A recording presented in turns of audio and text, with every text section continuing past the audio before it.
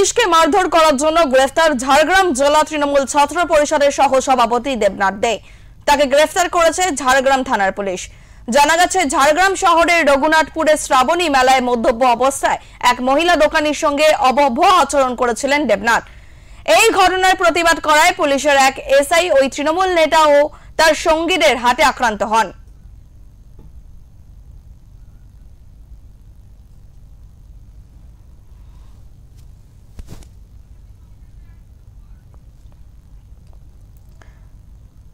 পুলিশকে মারধর করার জন্য গ্রেফতার ঝাড়গ্রাম জেলা তৃণমূল ছাত্র পরিষদের সহ সভাপতি দেবনাথ দে। তাকে গ্রেফতার করেছে ঝাড়গ্রাম থানার পুলিশ। জানা গেছে ঝাড়গ্রাম শহরের রঘুনাথপুরে শ্রাবণী মেলায় মদ্যপ অবস্থায় এক মহিলা দোকানের সঙ্গে অভব্য আচরণ করেছিলেন এই তৃণমূল কর্মী দেবনাথ। এই ঘটনার প্রতিবাদ করায় পুলিশের এক এসআই ও তৃণমূল নেতা ও তার সঙ্গীদের হাতে আক্রান্ত হন তিনি। মূল অভিযুক্ত দেবনাথ দেকে গ্রেফতার করেছে পুলিশ।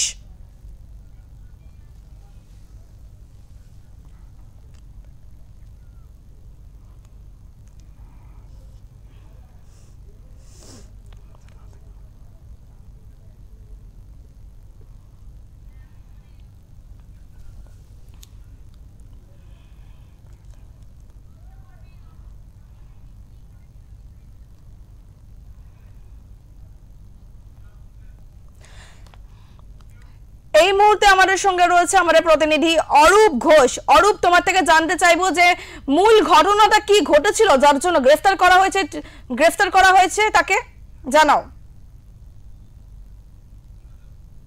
অবস্থায় এক মহিলা দোকানির সাথে অপব্যবহার এবং প্রতিবাদ করতে গেলে ঝাড়গ্রাম থানার এক এসআই কে ব্যাপক মারধর করার অভিযোগ উঠে ঝাড়গ্রাম জেলা তৃণমূল ছাত্র পরিষদের সহসভাপতি এবং তার দলবলের বিরুদ্ধে। আর এই ঘটনায় পুলিশ গ্রেফতার করেছে মারধরের ঘটনায় মূল অভিযুক্ত জেলা তৃণমূল ছাত্র পরিষদের সহসভাপতি দেবনাথ দাকে। যেটা পুলিশ সূত্রে আমরা জানতে পারছি, ওই এসআই সেই ঘটনার যখনই প্রতিবাদ করতে যান তখনই তাকে মারধর করে অভিযুক্তকে ঝাড়গ্রাম আদালতে পেশ করলে মহামান্য বিচারক তাকে 14 দিনের জেল হাজতের নির্দেশ দেন। যদিও এই ঘটনাকে কটাক্ষ করতে ছাড়েনি জেলা বিজেপি সভাপতি তুফান মাহাতো জানান, এটা হচ্ছে তৃণমূলের সংস্কৃতি, এটা মহিলাদের সম্মান করতে জানে না, প্রতিবাদ করলে তাদের মারধর করে পুলিশকেও রেহাত দেওয়া হয় না। যদিও এই ঘটনার পরে ঝাড়গ্রাম জেলা তৃণমূল ছাত্র পরিষদের সভাপতি বিশ্বনাথ মাহাতো তিনি বলেন, দলীয় কাজে ব্যস্ত থাকায় তিনি ঘটনার প্রসঙ্গে কিছু জানেন না, ঘটনার খোঁজ খবর নিয়ে জানাবেন। রীতিমতো এই ঘটনাকে কেন্দ্র করে যেমন ঝাড়গ্রাম শহর জুড়ে চাঞ্চল্য ছড়িয়েছে, কারণ এই পুলিশের বিরুদ্ধে এর আগেও আমরা দেখেছি তৃণমূল নেতাদের বিভিন্ন অকথ্য ভাষায় গালিগালাজ। এবার সেই মারধরের অভিযোগ উঠল ঝাড়গ্রামের যে জেলা তৃণমূল ছাত্র পরিষদের সহসভাপতি দেবনাথ দের বিরুদ্ধে। যদিও পুলিশ সুপার জানান ঘটনা একজনকে গ্রেপ্তার করা হয়েছে এবং পুরো ঘটনা তদন্ত করা হচ্ছে। এর পাশাপাশি এই ঘটনায় যারা যুক্ত তাদেরও তল্লাশি চালাচ্ছে পুলিশ। ধন্যবাদ অরূপ তোমায়।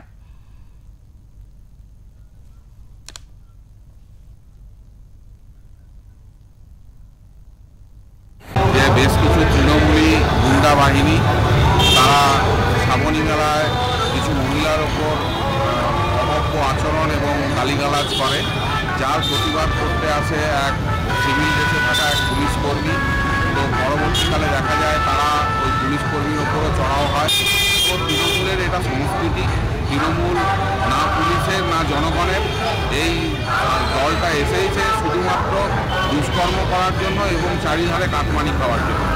তো তৃণমূলের এই অপকর্মের বিরুদ্ধে ভারতীয় জনতা পার্টি বিগত দিনেও সোচ্চার ছিল, আজও সোচ্চার আছে, আগামী দিনেও থাকবে। তো এই অপশাসন, তৃণমূলের এই অপশাসন থেকে মুক্ত করার জন্য ভারতীয় জনতা পার্টির সমগ্র পশ্চিমবঙ্গবাসী এবং বিশেষ করে প্রশাসনের কাছে অনুরোধ থাকবে, আপনারা নিরপেক্ষভাবে বিচার করুন এবং নিরপেক্ষভাবে আপনারা কাজকর্ম করুন। আগামী দিন ভারতীয় জনতা পার্টি 2026-এ আসছে, 2026-এ এসে গোটা পশ্চিমবঙ্গকে সোনার বাংলা উপহার দেবে, এটা আমাদের প্রতিশ্রুতি এবং এটা আমরা করে রাখব।